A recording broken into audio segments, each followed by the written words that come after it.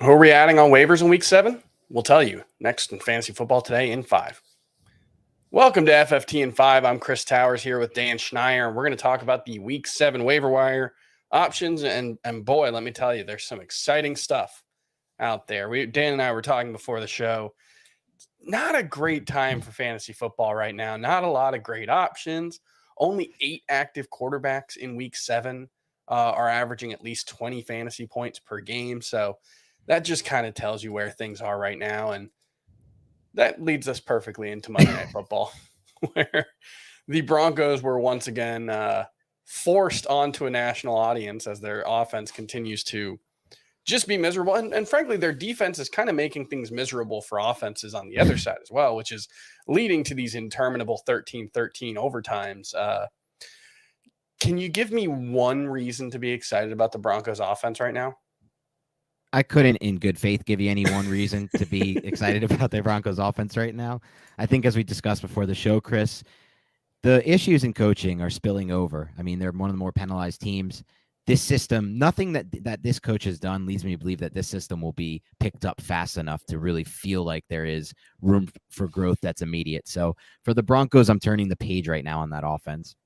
Yeah, I mean, the note that I saw, they've had as many games with 100 plus penalty yards so far in the first 6 weeks of the season as they had in the previous 4 seasons combined, which even if their offense didn't look like a flaming dumpster fire every week, that stat alone would kind of tell you where things are at with Nathaniel Hackett 6 weeks into his NFL career. It's been really tough to watch. They've got a great defense, and that's kept them in enough games, but it hasn't been enough to, make their fantasy offense not stink.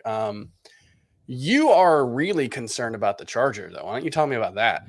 Yeah, I'm sounding the alarm on the Chargers. I've seen this play out one too many times as a fan of that team you see back there, the New York Football Giants. They lost their all-pro left tackle. They're down to a third-string center after losing their backup center tonight. They didn't have a right tackle to begin with. And what you saw tonight on the TV was a team that matched up against a Broncos team with just the 19th best pressure rate, 31%. Mm-hmm.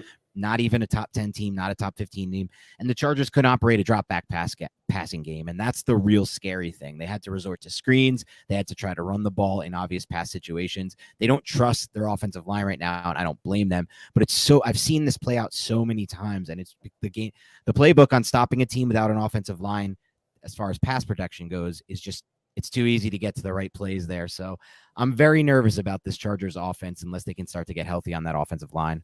And I do wonder, just is Justin Herbert not 100% healthy with that rib injury that he's dealing with?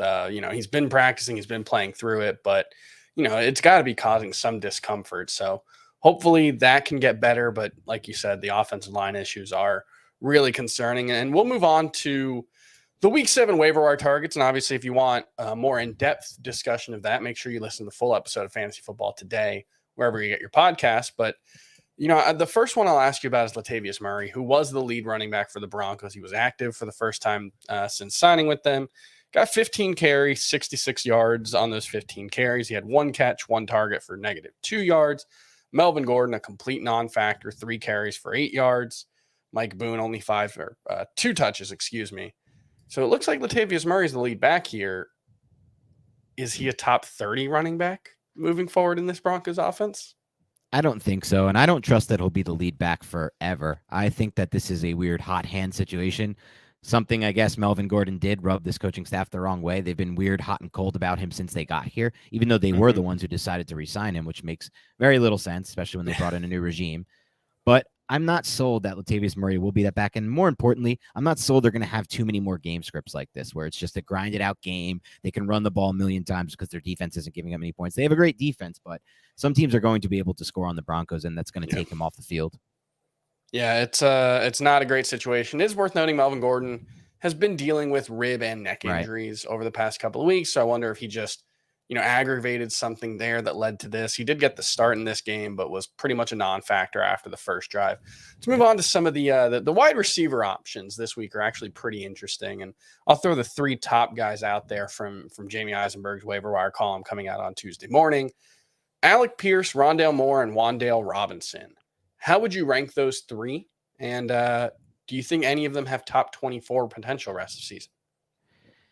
I actually do think that pretty much all of them have top 24 potential. And I'll get into a quick case for why, but I would rank them Pierce, Moore, Robinson, though I do like them all. In Pierce's case, the Colts are now running way more no huddle and they're throwing the ball at a frequent rate, and it's finally helping them score points. So I think they'll stick with that, and that makes Pierce a viable option.